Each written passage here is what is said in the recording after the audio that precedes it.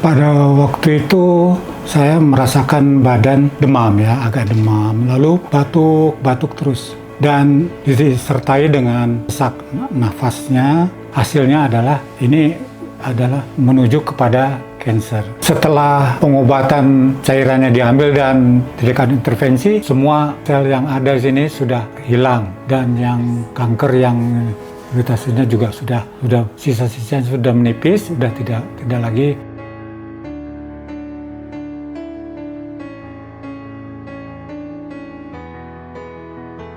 Nama saya Muhammad Sadikin, berumur 68 tahun, berasal dari Jakarta. Pada waktu itu saya merasakan badan demam ya, agak demam, lalu batuk terus dan disertai dengan sesak nafasnya. Dan setelah diperiksa, saya juga dilakukan pemeriksaan di bagian belakang melalui USG dan diperiksa darah laboratorium dan hasilnya terdapat ada cairan di dalam paru-paru. Setelah itu cairan tersebut diperiksa di laboratorium dan dinyatakan hasilnya adalah ini adalah menuju kepada kanker. Nah, saya sangat lemah sekali mendengar kondisi saya yang sudah terus drop. Kami berembuk dan dengan kondisi yang tidak karuan karena pemikiran yang banyak sekali, sehingga saat itu ada saudara yang pernah juga berobat di rumah sakit Modern Hospital ini di Guangzhou yang menderita kanker liver, sehingga akhirnya kami sangat setuju untuk mengikuti jejak sepupu saya yang pernah melakukan pengobatan di Modern Cancer ini. Setelah itu kami menghubungi kantor perwakilan dari Rumah Sakit Modern Guangzhou yang ada di Jakarta, mengurus semua perluan surat-surat dan keperluan untuk keberangkatan ke Modern Hospital. Dari semenjak pengurusan visa, ini sangat penting karena untuk membantu kelancaran maupun sistem komunikasi yang dimana kita akan melakukan pengobatan di negara lain.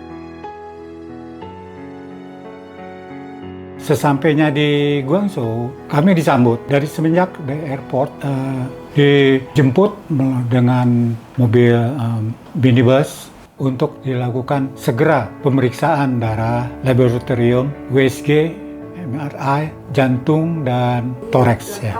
Lengkap, sudah lengkap langsung ditangani dengan prosedural yang dilakukan oleh rumah sakit dengan lengkap. Hasilnya itu terjadi betul ada kanker berupa tumor yang di paru-paru sebelah kiri, di mana tumor ini sangat aktif sehingga dia memproduksi cairan-cairan yang abnormal untuk masuk ke dalam paru-paru. Dokter langsung menangani itu untuk dilakukan pengobatan dan tindakan lebih lanjut, yaitu nantinya dengan intervensi pada sasarannya obatnya itu langsung mengena kepada tumor. Dan sebelum itu juga dilakukan penyedotan cairan di dalam paru-paru dan infus targeted sama imuno. Setelah pengobatan cairannya diambil dan diberikan intervensi, saya tidak mengalami banyak perubahan dalam tubuh, tidak merasakan sakit dan rasanya agak bertambah baik dan kondisi nafas pun juga tambah baik. Dan hari ke-9 dia mau disedot lagi cairan, itu sudah kosong, terhenti cairannya akibat dari selesainya pengobatan yang dilakukan oleh rumah sakit. Dihasilkan dari CT scan bahwa semua sel yang ada di sini sudah hilang dan yang kanker yang iritasinya juga sudah sisa-sisanya sudah menipis, sudah tidak lagi.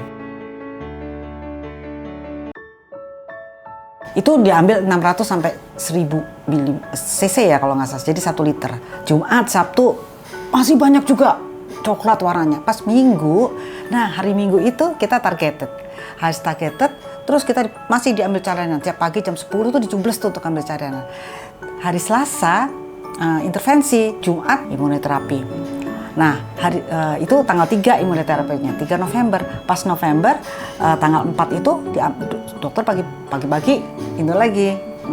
Dokter apa tuh namanya ngambil itu lagi.